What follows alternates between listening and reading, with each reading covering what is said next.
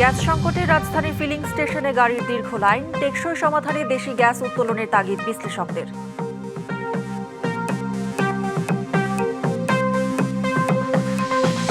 বঙ্গভবন ছেড়ে গুলশানে নিজ বাসভবনে উঠলেন পদত্যাগী রাষ্ট্রপতি শাহাবুদ্দিন।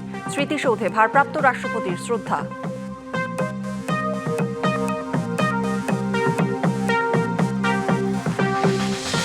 সেনাবাহিনীতে পদোন্নতিতে মেধা শৃঙ্খলাকে সর্বোচ্চ গুরুত্ব দিতে হবে, প্রযুক্তিগত উদ্ভাবনে গুরুত্ব প্রধানমন্ত্রীর।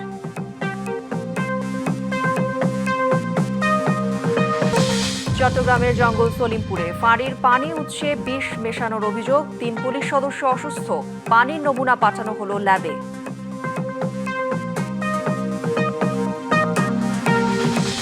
এবং ডাকঘর থেকে উধাও ফিক্সড ডিপোজিটের টাকা, রাজবাড়ীর প্রধান ডাকঘরে জমা করা টাকা যায়নি সরকারি কোষাগারে, আত্মসাৎ একটি চক্রের। রাজধানীর গ্যাস পাম্পে এখন দিনের চেয়ে রাতেই ভিড় বেশি, তবুও মিলছে না কাঙ্ক্ষিত গ্যাস। ঘন্টার পর ঘন্টা লাইনে দাঁড়িয়ে থেকেও খালি হাতে ফিরতে হচ্ছে অনেক চালককে। বেশি বিপাকে ভাড়ায় চালিত সিএনজি অটোরিকশা চালকরা। আয় কমায় সংসার চালানোই হয়ে উঠেছে কঠিন।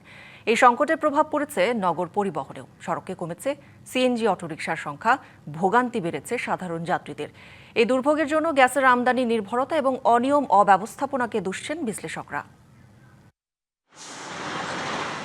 রাজধানীর বিভিন্ন সিএনজি ফিলিং স্টেশনে সকাল থেকে গভীর রাত একই চিত্র, শত শত গাড়ির দীর্ঘ সারি। দুইবার লাইনে দাঁড়ালেই দিনের অর্ধেক সময় চলে যাচ্ছে, তবুও প্রয়োজন অনুযায়ী গ্যাস মিলছে না। আজকে তো গ্যাসে পাই নাই, যে খালি গাড়ি নিয়ে এখানে গ্যাস নিতে আইছি, এখন এখানেও তো বন্ধ করে দিয়েছে। সিরিয়ালে থাকিয়ে গ্যাস নিছি, মাত্র একবার ঢুকছে 45 টাকার, একবার ঢুকছে 45 টাকার, মানে আমাদের দিন শেষ। সবচেয়ে বেশি ক্ষতির মুখে ভাড়ায় চালিত সিএনজি অটোরিকশা চালকরা। তারা বলছেন, সারাদিন লাইনে দাঁড়িয়ে থাকার কারণে পর্যাপ্ত ট্রিপ দেয়া যাচ্ছে না। দৈনিক জমার টাকা তুলতেই হিমশিম অনেকেই। গ্যারাজে গেল, মাঝে গিয়ে বকে জমা দাও, বাসায় গেল বউ রান্না করে, মজা নাই, চাও নাই, দাও নাই, বাজার নাই, এই করুণ অবস্থায় আছে।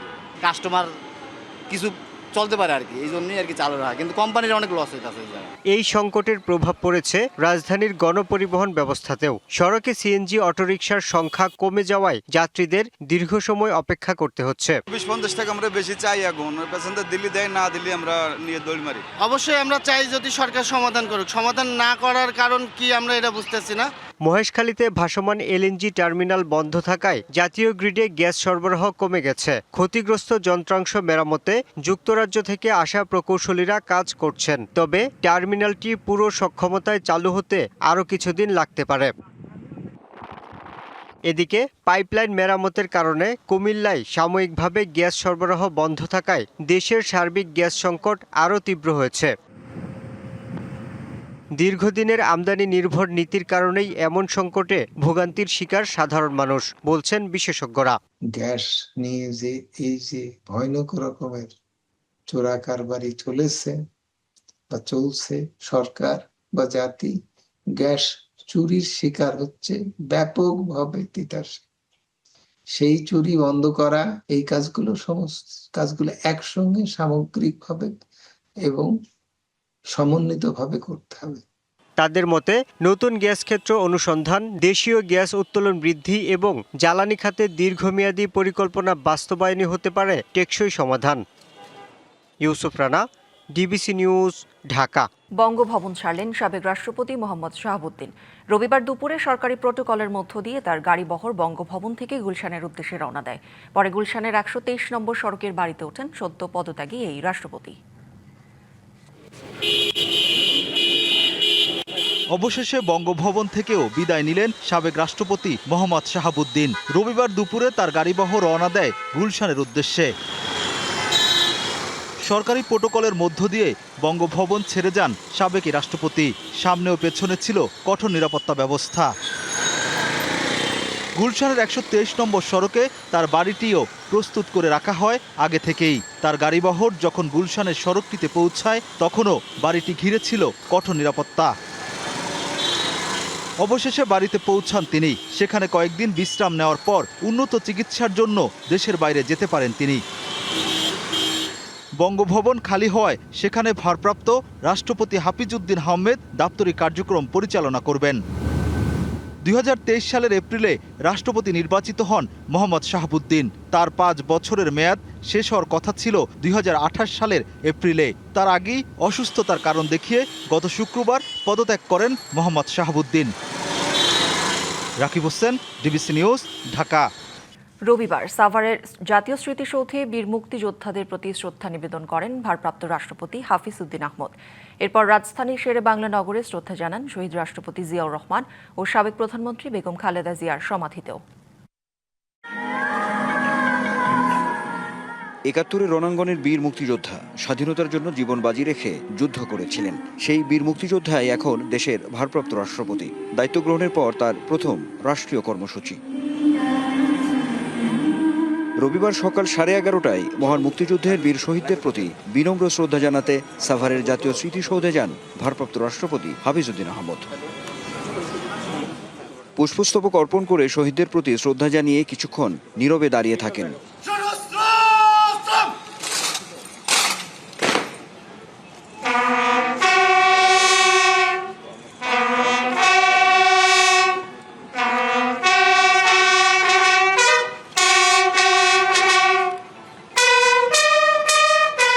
এ সময় বেজে ওঠে বিউগলের করুণ সুর, আর নীরবতায় যেন ফিরে আসে ৭১-এর আত্মত্যাগের স্মৃতি।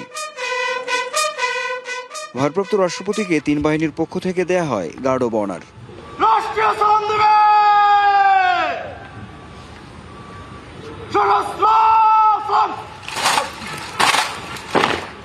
পরে স্মৃতিসৌধে পরিদর্শন বইয়ে সই করেন হাফিজ উদ্দিন আহমদ। ভারপ্রাপ্ত রাষ্ট্রপতি হিসেবে বীর মুক্তিযোদ্ধা হাফিজ উদ্দিন আহমদ বীর বিক্রম স্মৃতিসৌধে মহান মুক্তিযুদ্ধে শহীদদের প্রতি শ্রদ্ধা জানালেন। এর মধ্য দিয়ে তার দায়িত্বের রাষ্ট্রীয় আনুষ্ঠানিকতা শুরু হলো। বার্তা দিলেন মহান মুক্তিযুদ্ধ ও চেতনা সমুন্নত রাখার। এরপর দুপুর 12:30টার দিকে রাজধানীর শেরেবাংলা নগরে শহীদ রাষ্ট্রপতি জিয়াউর রহমান ও সাবেক প্রধানমন্ত্রী বেগম খালেদা জিয়ার সমাধিতে ফুল দিয়ে শ্রদ্ধা নিবেদন করেন ভারপ্রাপ্ত রাষ্ট্রপতি। Anwar Hossain, DBC news, Dhaka. পদোন্নতির জন্য রাজনৈতিক মতাদর্শ ব্যক্তিগত পছন্দ অপছন্দের ঊর্ধ্বে থাকতে সেনা নির্বাচনী পর্ষদের সদস্যদের নির্দেশ দিয়েছেন প্রধানমন্ত্রী তারেক রহমান। এছাড়া সেনা কর্মকর্তাদের পেশাগত দক্ষতা, নেতৃত্বের গুণাবলী, শৃঙ্খলার মান, সততা, বিশ্বস্ততা ও আনুগত্যের উপর গুরুত্ব আরোপ করেন তিনি। সেনা সদর নির্বাচনী পর্ষদ 2026-এর আনুষ্ঠানিক উদ্বোধন করে প্রধানমন্ত্রী এসব কথা বলেন। রবিবার সকালে ঢাকা সেনানিবাসে সেনা সদর দপ্তরে প্রথম পর্বের এই পদোন্নতি পর্ষদে সেনাবাহিনীর কর্নেল থেকে ব্রিগেডিয়ার জেনারেল এবং লেফটেন্যান্ট কর্নেল থেকে কর্নেল পদবীর যোগ্য কর্মকর্তারা পরবর্তী পদোন্নতির জন্য বিবেচিত হবেন। পদোন্নতি পর্ষদে প্রধানমন্ত্রী বলেন, স্বাধীনতা ও সার্বভৌমত্ব রক্ষায় সেনাবাহিনী দায়িত্ব পালনের পাশাপাশি অভ্যন্তরীণ শান্তি শৃঙ্খলা, স্থিতিশীলতা ও দুর্যোগ মোকাবিলায় বেসামরিক প্রশাসনকে সহায়তার ক্ষেত্রে গুরুত্বপূর্ণ অবদান রেখে চলেছে। এর আগে অনুষ্ঠানস্থলে পৌঁছালে প্রধানমন্ত্রীকে স্বাগত জানান সেনাবাহিনী প্রধান এবং চিফ অব জেনারেল স্টাফ সহ বাহিনীর ঊর্ধ্বতন সামরিক কর্মকর্তারা। চট্টগ্রামে জঙ্গল সলিমপুরের আলীনগর এলাকায় একটি অস্থায়ী পুলিশ ফাঁড়ির গভীর নলকূপের পানির উৎসে বিষ মেশানোর অভিযোগ উঠেছে। রবিবার সকালে এই পানি ব্যবহার করে অসুস্থ হয়ে পড়েন 3 পুলিশ সদস্য। পুলিশ জানায়, রবিবার ভোরে ঘুম থেকে উঠে সদস্যরা মুখ ধোয়ার সময় পানির রং সাদা ও ঘোলা দেখতে পান। এরপর তাদের চোখে জ্বালাপোড়া শুরু হলে বিষয়টি ঊর্ধ্বতন কর্মকর্তাদের জানানো হয়। ঘটনাস্থলে গিয়ে পানির উৎসে তীব্র দুর্গন্ধ পাওয়া যায়। প্রাথমিকভাবে ধারণা করা হচ্ছে গভীর নলকূপের পাইপ কেটে সেখানে বিষ ঢেলে দেওয়া হয়েছে। একই নলকূপের পানি পাশের একটি স্কুলেও ব্যবহার করা হতো। ঘটনার পর পানির নমুনা পরীক্ষাগারে পাঠানো হয়েছে। কারা এই ঘটনা ঘটিয়েছে তা তদন্ত করছে পুলিশ। অসুস্থ 3 পুলিশ সদস্য প্রাথমিক চিকিৎসা নিয়েছেন। তারা বর্তমানে শঙ্কামুক্ত স্বাভাবিক আছেন বলে জানিয়েছে পুলিশ। নিরাপদ বিনিয়োগের আশায় সঞ্চিত অর্থ রাজবাড়ী প্রধান ডাকঘরে জমা দিয়েছেন কয়েকশো মানুষ, কিন্তু সেই অর্থ পৌঁছায়নি সরকারি কোষাগারে। কোটি টাকা আত্মসাতের অভিযোগ উঠেছে রাজবাড়ী পোস্ট অফিসের কর্মকর্তা কর্মচারীদের বিরুদ্ধে। এমন কাণ্ডে দিশেহারা ভুক্তভোগীরা। স্বামী নেই, সন্তান নেই প্রতিবন্ধী জাহানারার তিলে তিলে জমানো 2 লাখ টাকা রেখেছিলেন পোস্ট অফিসের ফিক্সড ডিপোজিটে। কিন্তু হঠাৎই জানতে পারেন তার জমা দেওয়া টাকা সরকারি কোষাগারে পৌঁছায়নি। জাহানারার মতো এমন করুণ পরিণতি আরো অনেক গ্রাহকের। প্রতিবন্ধী মানুষ আমার টাকাটা রাখলো, বেলা কষ্টে শিশু সম্বল আর তার আমার কষ্টের টাকা না। পোস্ট অফিস স্টাফের সাথে জড়িত আছে এবং পোস্টমাস্টার ছিলেন বিকাশ বাবু, মূলত হলো উনি আছেন শিহাবের সাথে। জানা গেছে ফিক্সড ডিপোজিট করতে পোস্ট অফিসে গেলেই লেটার রাইটার শিহাব মৃধার কাছে পাঠাতেন পোস্টমাস্টার থেকে শুরু করে অন্যান্য কর্মকর্তারা। সেই সুযোগে শিহাব কোটি টাকা আত্মসাৎ করে পালিয়েছেন বলে অভিযোগ উঠেছে। শিহাবের কাছে 2 লাখ টাকা রাখছি, সাদা একটা স্লিপ দিছে। যেদিনে আসি কয় যে হয় নাই। এই যে আজকে আমি এসে শুনতেছি যে আন্দোলন পালাতক আসছি সবাই, যে আমাদের টাকা কই, আমাদের টাকা গেল, কোনো স্লিপ দেখাইলাম। রাষ্ট্রীয় প্রতিষ্ঠান, সরকারি প্রতিষ্ঠানেও যদি মানুষের জানমালের সিকিউরিটি যদি না থাকে, তাহলে আসলে মানুষের এই জায়গা থেকে আস্থা হারিয়ে যাবে। অফিসে নেই পোস্টমাস্টার বিকাশ বিশ্বাস। শিহাব মৃধাকেও পাওয়া যায়নি কর্মস্থলে। তবে তার গ্রামের বাড়িতে গিয়ে দেখা মেলে সম্প্রতি তিনি বিপুল অর্থ খরচ করে বানিয়েছেন বাড়ি। পরিবারের দাবি তিনি কয়েকদিন ধরে নিখোঁজ, দাবি সুষ্ঠু তদন্তের। পোস্ট অফিসে যারা ঊর্ধ্বতন কর্মকর্তা ছিল ওই জায়গা, তারা ইনভলভ আছে এ পর্যন্ত তো আমরা শুনতেছি। এখন আসলেও কি বিষয়টা অবশ্যই তদন্ত করে তো দেখা উচিত। এ বিষয়ে তদন্ত চলমান, প্রতিবেদন জমা দেওয়ার পর ব্যবস্থা নেওয়া হবে বলে জানান নতুন পোস্টমাস্টার। এই টাকাটা পরবর্তীতে সে আর অ্যাকাউন্টভুক্ত করে নাই, অর্থাৎ কাউন্টারে আর জমা দিই নাই, তার নিজের কাছে রেখে দিয়েছে। এভাবে গ্রাহকদের সাথে সে প্রতারণা করছে। পরবর্তীতে আমরা যখন এটা উদ্ঘাটন করতে পেরেছি, তারপরের থেকে সে আর অফিসে আসছে না, তার ফোন বন্ধ, তাকে আর পাওয়া যাচ্ছে না। এই ব্যাপারে আমরা ঊর্ধ্বতন কর্তৃপক্ষকে জানাইছি। অর্থ আত্মসাতের সাথে জড়িতদের দৃষ্টান্তমূলক শাস্তি নিশ্চিতের দাবি সচেতন নাগরিকদের। আমরা অতি সত্বর মনে করি এখানে প্রশাসন, রাষ্ট্রযন্ত্র তার দৃঢ় পদক্ষেপ নিয়ে, আইনি পদক্ষেপ নিয়ে এই গ্রাহকদের টাকা যাতে সে ফেরত পায়, এবং যারা এই ধরনের টাকাগুলো চুরি করেছে অথবা লুপাট করেছে তাদের বিষয়ে আইনের ব্যবস্থা নেওয়া হয়। নিয়ম মেনে সরকারি প্রতিষ্ঠানে টাকা জমিয়ে এমন পরিণতি মেনে নিতে পারছেন না কেউ। দ্রুত সমস্যার সমাধান হবে, যার টাকা তার নামে যাবে, এমন জোর দাবি তুলছেন ভুক্তভোগীরা। DBC news desk. শতবর্ষী ফেনী সরকারি কলেজে 20,000 শিক্ষার্থী পড়াশোনা করলেও লাগেনি উন্নয়নের ছোঁয়া। শিক্ষক, শ্রেণীকক্ষ সংকটের পাশাপাশি জরাজীর্ণ ভবনে চলছে পাঠদান। এছাড়া অপ্রতুল ছাত্রাবাস ও পানি নিষ্কাশন ব্যবস্থা না থাকায় কষ্টে শিক্ষার্থীরা। সমস্যার সমাধানে পাঠদানের সুষ্ঠু পরিবেশ অটুট রাখার দাবি তাদের। 1922 সালে যাত্রা শুরু ফেনী সরকারি কলেজের। জাতীয়করণ হয় 1979 সালে। প্রতিষ্ঠার 100 বছর পার হলেও সুবিধা বঞ্চিত কলেজটি। 180 শিক্ষক পদের বিপরীতে আছেন মাত্র 70 জন। প্রতিটি বিভাগের জন্য গড়ে মাত্র 2টি করে শ্রেণীকক্ষ, তাই সব বর্ষের পাঠদান একই সময়ে সম্ভব হয় না। কাঠামোগত সমস্যার কারণে ব্যাহত হচ্ছে স্বাভাবিক কার্যক্রম। আমাদের ডিপার্টমেন্টে যে ক্লাসরুম আছে ওগুলো হচ্ছে 2টা। আমরা অনেক সময় ঠিকমতো ক্লাসও করতে পারি না। বেশ কিছু জায়গা বেদখলকৃত আছে, যথাযথ কর্তৃপক্ষ উদ্ধার করে যদি ফেনী কলেজের কাছে হস্তান্তর করে, তাহলে ফেনী কলেজের আবাসিক এবং ক্যাম্পাসের সমস্যাগুলো অনেকটুকু সমাধান হবে। বেশ কয়েকটি ভবন পুরনো ও জরাজীর্ণ। দীর্ঘদিন সংস্কার না হওয়ায় তাত্ত্বিক ও ব্যবহারিক ক্লাস যথাযথভাবে পরিচালনা করা সম্ভব হয় না। জায়গা সংকটে নষ্ট হচ্ছে বহু দুষ্প্রাপ্য বই। আমাদের এখানে আধুনিক মানের কোনো বিজ্ঞান ল্যাব নেই। ক্লাসের মাঝে অবসর পাবো, এখানে লাইব্রেরিতে এসে পড়বো, এটা খুলে আমাদের কলেজের অন্যান্য শিক্ষার্থীরা উপকার পাবে। কলেজ ক্যাম্পাসে পানি নিষ্কাশনের জন্য প্রয়োজনীয় ড্রেনেজ ব্যবস্থা নেই। সামান্য বৃষ্টিতেই মাঠ পানিতে তলিয়ে যায়। ছাত্রাবাস নিয়েও রয়েছে বিস্তর অভিযোগ। কলেজের প্রায় 8 একর জমি প্রভাবশালীদের দখলে। সমস্যা সমাধানে কর্তৃপক্ষকে এগিয়ে আসার আহ্বান জানান অধ্যক্ষ। সুপ্রিম কোর্টে মামলা আছে, তারপরে স্থানীয় আদালতে কিন্তু মামলা রয়েছে, মামলা চলমান রয়েছে, এবং এই মামলাগুলো নিষ্পত্তি করে যত দ্রুত কলেজের যে জায়গাগুলো যদি দখলমুক্ত করে যদি কলেজের তত্ত্বাবধান নিয়ে আসা যায়, কিছু স্থাপনা তৈরি করে সেখানে আমরা আলাদা একটা ক্যাম্পাস তৈরি করা সম্ভব হচ্ছে। এই জায়গাগুলো এখন উদ্ধারে আমাদের সংশ্লিষ্ট কর্তৃপক্ষকে এগিয়ে আসতে হবে। 20,000 শিক্ষার্থীর এই প্রতিষ্ঠান সংস্কারের দাবি ফেনীবাসীর। DBC news desk. লক্ষ্মীপুরের রায়পুর পৌরসভায় উন্নয়ন কাজে এখন দুর্ভোগের কারণ। 2023 সালে নতুন বাজার থেকে মহিলা কলেজ এবং ট্রাফিক মোড় থেকে হায়দারগঞ্জ সড়কে ড্রেন নির্মাণ শুরু হলেও কাজ হয়েছে মাত্র 57%। এতে সামান্য বৃষ্টিতেই চলাচল হয়ে উঠছে ঝুঁকিপূর্ণ। চরম ভোগান্তিতে বাসিন্দারা। পৌর কর্তৃপক্ষ বলছে দ্রুত নির্মাণ কাজ শেষ করার চেষ্টা চলছে। উন্নয়নের প্রতীক্ষায় পড়ে থাকা এই সড়কে এখন আর ইঞ্জিনের শক্তি নয়, ভরসা মানুষের হাত। ভাঙাচোরা কর্দমাক্ত রাস্তায় বিকল হচ্ছে যানবাহন। গন্তব্যে পৌঁছাতে চালকের সঙ্গে কাঁধ মেলাচ্ছেন যাত্রীও। লক্ষ্মীপুরের রায়পুর পৌরসভার নতুন বাজার থেকে মহিলা কলেজ সড়কের এই চিত্র। প্রায় 3 বছর ধরে চলা সড়ক ও ড্রেন নির্মাণ কাজের ধীরগতিতে প্রতিদিনের এই দুর্ভোগই এখন স্থানীয়দের নিত্যসঙ্গী। আমরা সাধারণ মানুষ স্কুলের ফলাফাইন মাদ্রাসার ফলাফাইন এখানে হাঁটাচলা করতে পারতেছে। এখানে একটা মহিলা কলেজ আছে, খুবই খারাপ অবস্থা। নদীর ভিতরে আটকে আছে গাড়িটা, আমাকে অনেক কষ্ট হয়েছে ঠেলে বের করতে। প্রতিদিন একটা না একটা অ্যাক্সিডেন্ট এই রাস্তা হচ্ছে। আমাদের রাস্তার বেহাল দশা, ওটা কিন্তু সমাধান না করে আমাদের পুরো ট্যাক্স 10 গুণ বাড়িয়ে দিয়েছে। সামান্য বৃষ্টিতেই জলাবদ্ধতা, খোলা ড্রেন আর কাদায় দুর্ভোগ বাড়ছে। দীর্ঘদিনেও নির্মাণ কাজ শেষ না হওয়ায় এখন বিকল্প পথে চলতে হচ্ছে অনেককে। এতে যেমন বাড়ছে সময়, তেমনি বাড়ছে দুর্ভোগ। জুতা হাতে নিয়ে আমরা দোকানের ভিতরে ঢুকি, আবার বাইরের সময় জুতা হাতে নিয়ে আবার এই মেন রোডে আমার যাওয়া লাগে। বোরকা টোরকা ভিজে গেছে, বাচ্চা নিয়ে আসা যাওয়া খুব কষ্ট। এই রাস্তাটা যেন অতি তাড়াতাড়ি নির্মাণ হয় এবং কাজটা হয়। একই অবস্থা ট্রাফিক মোড় থেকে হায়দরগঞ্জ সড়কেরও। পৌরসভার প্রশাসক বলছেন, দ্রুত কাজ শেষ করতে ঠিকাদারি প্রতিষ্ঠানকে কঠোরভাবে তাগিদ দেওয়া হয়েছে।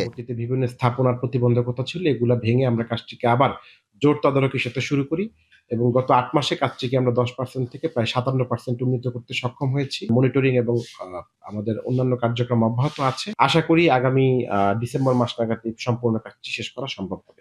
নিরাপদ চলাচল নিশ্চিত করতে প্রয়োজনীয় তদারকি এবং নির্মাণ কাজে আরও গতি আনার দাবি স্থানীয়দের। DBC news desk. বেহাল হবিগঞ্জ ইকরাম সুজাতপুর সড়ক, তাই চরম ভোগান্তিতে পড়েছেন দক্ষিণ বানিয়াচংয়ের লাখো মানুষ। প্রায় 16 কিলোমিটার দীর্ঘ সড়কের নানা জায়গায় সৃষ্টি হয়েছে বড় বড় গর্ত, খানাখন্দের। এতে প্রতিদিনই ঝুঁকি নিয়ে চলাচল করছে যাত্রী ও চালকরা। স্থানীয় সরকার প্রকৌশল অধিদপ্তর এলজিইডি জানিয়েছে, আবহাওয়া অনুকূলে এলে দ্রুত সংস্কার কাজ শুরু করা হবে।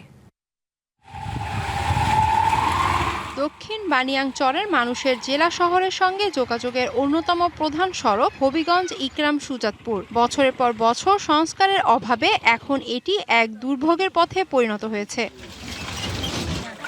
কোথাও পিচ উঠে গেছে, কোথাও সৃষ্টি হয়েছে বড় গর্ত, আবার কোথাও ভেঙে পড়েছে সড়কের দুই পাশ। বর্ষা এলেই পরিস্থিতি আরও ভয়াবহ হয়ে ওঠে। গর্তে জমে থাকা পানি দেখে রাস্তার অবস্থা বোঝার উপায় থাকে না। ফলে প্রতিনিয়ত ঘটছে ছোট বড় দুর্ঘটনা। দীর্ঘ সময় যানজটে আটকে থাকার পাশাপাশি বাড়তি ভাড়াও গুনতে হচ্ছে যাত্রীদের। একজন রোগী যদি অসুস্থ করবার লাগে যেমন লাগে, তার নিতে নিতে আরো অসুস্থ হয়ে যায়। সন্ধ্যা করে আমরা আইতে মনে যাও 25 টাকা মনে সময় করে 100 টাকা লাগে। অ্যাক্সিডেন্ট তো তোমার প্রায়ই হয় রাস্তার উপরে। পরিবহন চালকদের অভিযোগ, সড়কের বড় বড় গর্ত এড়িয়ে চলতে গিয়ে প্রায়ই দুর্ঘটনার শিকার হচ্ছে ছোট যানবাহন। এতে যানবাহনের যন্ত্রাংশ দ্রুত নষ্ট হচ্ছে এবং মেরামতে গুনতে হচ্ছে অতিরিক্ত খরচ। আর গাড়ির অনেক ক্ষতি। গাড়ির অবস্থা আপনারা দেখলে বুঝতে পারবেন যে রাস্তার কি অবস্থা। বৃষ্টির সময় তো চলাই জানে রাস্তা দিয়ে। ভাই আমরা গাড়ি চালানো খুব কষ্ট হয়। কষ্ট দিকে গাড়িতে 2 সপ্তাহ ধরে আইনি। গাড়ি ঘোড়া চালাইয়া জীবন একবার নষ্ট। আমরা যেরকম জীবন শেষ, আমরা যাত্রীদেরও জীবন শেষ, গাড়ি ঘোড়ারও জীবন শেষ। দীর্ঘদিন ধরে সড়কটি সংস্কারের দাবিতে মানববন্ধন, পদযাত্রা সহ বিভিন্ন কর্মসূচি হয়েছে, তবুও প্রত্যাশিত সমাধান আসেনি। এদিকে এলজিইডি জানিয়েছে, প্রায় 1,65,00,000 টাকা ব্যয়ে 4 কিলোমিটার সড়কের সংস্কার কাজ শুরু হয়েছে। তবে টানা বৃষ্টির কারণে কাজ আপাতত বন্ধ রয়েছে। রাস্তাটি কার্পেটিং এর কাজ শুরু হয়েছিল, ঠিকাদার কর্তৃক কার্পেটিং এর কাজ শুরু হয়েছিল, কিন্তু বৃষ্টিপাতের কারণে কাজটি বর্তমানে বন্ধ রয়েছে। বৃষ্টিপাত বন্ধ হয়ে গেলে সামনে ঠিকাদার কাজটি পুরোদমে শুরু করবে এবং রাস্তা স্পেশাল মতো সকল কাজ সম্পন্ন করা হবে। সব জটিলতা কেটে গিয়ে সড়কটি সংস্কারের কাজ শুরু হবে। এই পথের দুর্ভোগ কেটে যাবে এমন প্রত্যাশা সবার। DBC news desk. Sylhet city corporation এলাকার নবায়নহীন ও লাইসেন্সবিহীন ক্লিনিকের বিরুদ্ধে অভিযানে নেমেছে জেলা প্রশাসন। একটি প্রতিষ্ঠান সিলগালা ও আরেকটিকে জরিমানা করে বাকিগুলোকে লাইসেন্স নবায়নে বেঁধে দেওয়া হয়েছে সময়। তবে হাসপাতাল কর্তৃপক্ষ নবায়ন প্রক্রিয়া সময় সাপেক্ষ দাবি করলেও প্রশাসন বলছে অভিযান চলমান থাকবে। সিলেট সিটি কর্পোরেশন এলাকার অনিবন্ধিত এবং লাইসেন্স নবায়ন না করা প্রতিষ্ঠানের বিরুদ্ধে অভিযানে নেমেছে জেলা প্রশাসন। 14টি প্রতিষ্ঠানের তালিকা করে এরই মধ্যে ব্যবস্থা নেওয়া হয়েছে 2টি প্রতিষ্ঠানের বিরুদ্ধে। নির্দিষ্ট সময়ের মধ্যে লাইসেন্স নবায়ন না করলে বাকিগুলোর বিরুদ্ধেও ব্যবস্থা নেওয়ার কথা বলছে জেলা প্রশাসন। তারা আসলে তাদের লাইসেন্স হালনাগাদ না করেই ব্যবসা পরিচালনা করতেছেন দীর্ঘদিন ধরে। তাদের বিরুদ্ধে আইনানুগ ব্যবস্থা নিয়েছি এবং 15 দিনের সময় দেওয়া হয়েছে। 15 দিনের মধ্যে তারা তাদের কার্যক্রমগুলো শেষ করবেন। সিটি কর্পোরেশন এলাকায় বেসরকারি হাসপাতাল ও ক্লিনিকের সংখ্যা 80টি। এর মধ্যে 2টি প্রতিষ্ঠান চলছে লাইসেন্স না নিয়েই। এছাড়া আরও 12টি প্রতিষ্ঠানের নিবন্ধনের মেয়াদ শেষ হলেও নবায়ন হয়নি। আবেদন করলেও স্বাস্থ্য বিভাগের অবহেলায় লাইসেন্স নবায়ন প্রক্রিয়া আটকে আছে জানালেন বেসরকারি ক্লিনিক ও হাসপাতাল মালিকরা। 24-25 সার্টিফিকেট যখন আসবে আসার পরে আমি 25-26 আবেদন করব। আমি প্রসেসিংয়ে আছি। তথ্য জমা দিয়েছি, ওটা ভিজিটে আসলে পরে স্বাস্থ্য ওই সিভিজন অফিস থেকে ভিজিটে আসলে পরে তখন তারা ওইটা করে আর কি রিনিউয়েশন করে। ওইটা তো আমি জানি না, এই প্রথম জানলাম। তবে প্রশাসন বলছে আবেদন প্রক্রিয়ায় ত্রুটি, নির্ধারিত শর্ত পূরণ না করা সহ বিভিন্ন কারণে লাইসেন্স নবায়ন করা যাচ্ছে না। অভিযানে পেয়েছি আমরা যে সঠিকভাবে আছে, আমরা তাদেরকে অ্যাপ্রিসিয়েট করব, আমরা ভালোটাকে অ্যাপ্রিসিয়েট করব যে তারা ইউজ করতেছে, এবং সেটাকে আমরা আরও এনকারেজ করব যে আপনারা এটা ব্যবহার করেন, এবং অন্যান্য হাসপাতালগুলোকে আমরা সেটা এনকারেজের দিকে যাব। প্রায় 80টার মতো ক্লিনিক আছে এবং এদের কাগজপত্র আমি চেক করলাম, করে দেখলাম বেশ কয়েকটি ক্লিনিক, এদের সংখ্যা প্রায় 14টি, যাদের দীর্ঘদিন ধরে তাদের লাইসেন্সটা রিনিউ করা নাই। এর মধ্যেও তারা কোনো কার্যকরী পদক্ষেপ না করায় আমি জেলা প্রশাসকের কাছে আমরা একটি পত্র দিই। স্বাস্থ্যসেবার মান উন্নয়নে এই অভিযান বলছেন তারা। Tawhidur Rahman Shah, DBC news, Sylhet. শেরপুরে প্রায় 10.5 কোটি টাকা ব্যয়ে নির্মিত ডাম্পিং স্টেশন থাকলেও শহরের সব ময়লা আবর্জনা ফেলা হচ্ছে মৃগী নদীর তীরে। এতে নদীর পরিবেশ মারাত্মকভাবে দূষিত হওয়ার পাশাপাশি স্বাস্থ্য ঝুঁকিতে পড়ছেন আশেপাশের বাসিন্দারা। স্থানীয়দের অভিযোগ, দুর্গন্ধে এলাকায় বসবাস ও চলাচলই কঠিন হয়ে পড়েছে। শেরপুর শহরের কালীগঞ্জ এলাকা দিয়ে প্রবাহিত হয়েছে মৃগী নদী। এই নদীর তীরে ব্যক্তি মালিকানাধীন জমি লিজ নিয়ে বছরের পর বছর ধরে শহরের সব বর্জ্য ফেলছে পৌরসভা। অথচ 2022 সালে শহরের অষ্টমীতলা এলাকায় কয়েক কোটি টাকা ব্যয়ে নির্মাণ করা হয়েছে আধুনিক ডাম্পিং স্টেশন। স্থানীয়দের অভিযোগ, পৌরসভার পরিচ্ছন্নতা কর্মীরা প্রতিদিন বিভিন্ন পাড়া মহল্লা থেকে বর্জ্য সংগ্রহ করে ট্রাকে করে এনে নদীর পাশে স্তূপ করে ফেলেন। এসব বর্জ্যের মধ্যে রয়েছে প্লাস্টিক, পলিথিন, গৃহস্থালী আবর্জনা, এমনকি মেডিকেল বর্জ্য। বৃষ্টির পানি কিংবা সরাসরি নদীতে মিশে এসব বর্জ্য দূষিত করছে নদীর পানি। এতে একদিকে যেমন জীববৈচিত্র্য ধ্বংস হচ্ছে, অন্যদিকে হুমকিতে জনস্বাস্থ্য। ময়লার উপরে মাছি অন্য থাকে, এর জন্য আমাদের চলাফেরা করা খুবই অসুবিধাজনক। 4-5 গাড়ি করে 6-7 গাড়ি করে আইতাছে, আমরা খুব কষ্টে আছি। গরু খাইতেছে আর আমরা যাবার বাইরে ঘুমতে। এলাকাবাসীর প্রতিবাদের মুখে ডাম্পিং স্টেশনে কয়েকদিন বর্জ্য নেওয়া হলেও বর্তমানে আবারও নদীর তীরেই ফেলা হচ্ছে সব ময়লা। ডাম্পিং স্টেশন থাকার পরও নদীতে বর্জ্য ফেলা পৌর কর্তৃপক্ষের ব্যর্থতাকেই দায়ী করছেন অনেকেই। জলজ প্রাণীর সমস্যা হচ্ছে, কৃষি জমির উর্বরতা হারাচ্ছে, চলাফেরা কষ্ট হচ্ছে, স্বাস্থ্য ঝুঁকিতে পড়তেছে সেই ক্ষেত্রে, এবং জীববৈচিত্র্য আমরা হারিয়ে ফেলছি দিন দিন। বর্জ্যকে সম্পদে রূপান্তর করতে পারলে সংকট অনেকটাই কমবে বলে মনে করছেন পৌর কর্তৃপক্ষ। যতক্ষণ পর্যন্ত আমরা এই বর্জ্যটাকে সম্পদে পরিণত না করতে পারবো, ততক্ষণ পর্যন্ত এই বর্জ্য আমাদের জন্য বোঝা হয়ে থাকবে। আমরা এই ওয়েস্ট ম্যানেজমেন্টটাকে কিভাবে আরো সায়েন্টিফিক্যালি করা যায়, যেন জনগণ দুর্ভোগের শিকার না হয়, সেদিকে আমরা বিশেষ দৃষ্টি রাখবো, এবং আমরা প্রয়োজন বোধে আমরা এই ব্যাপারে একটা প্রকল্প গ্রহণ করব। পৌর কর্তৃপক্ষের তথ্য মতে শেরপুর পৌরমহলের 9টি ওয়ার্ডে প্রতিদিন প্রায় 30 টন বর্জ্য উৎপন্ন হয়, যার মধ্যে অর্ধেক সংকুলন হয় অষ্টমীতলা ডাম্পিং স্টেশনে। DBC news desk.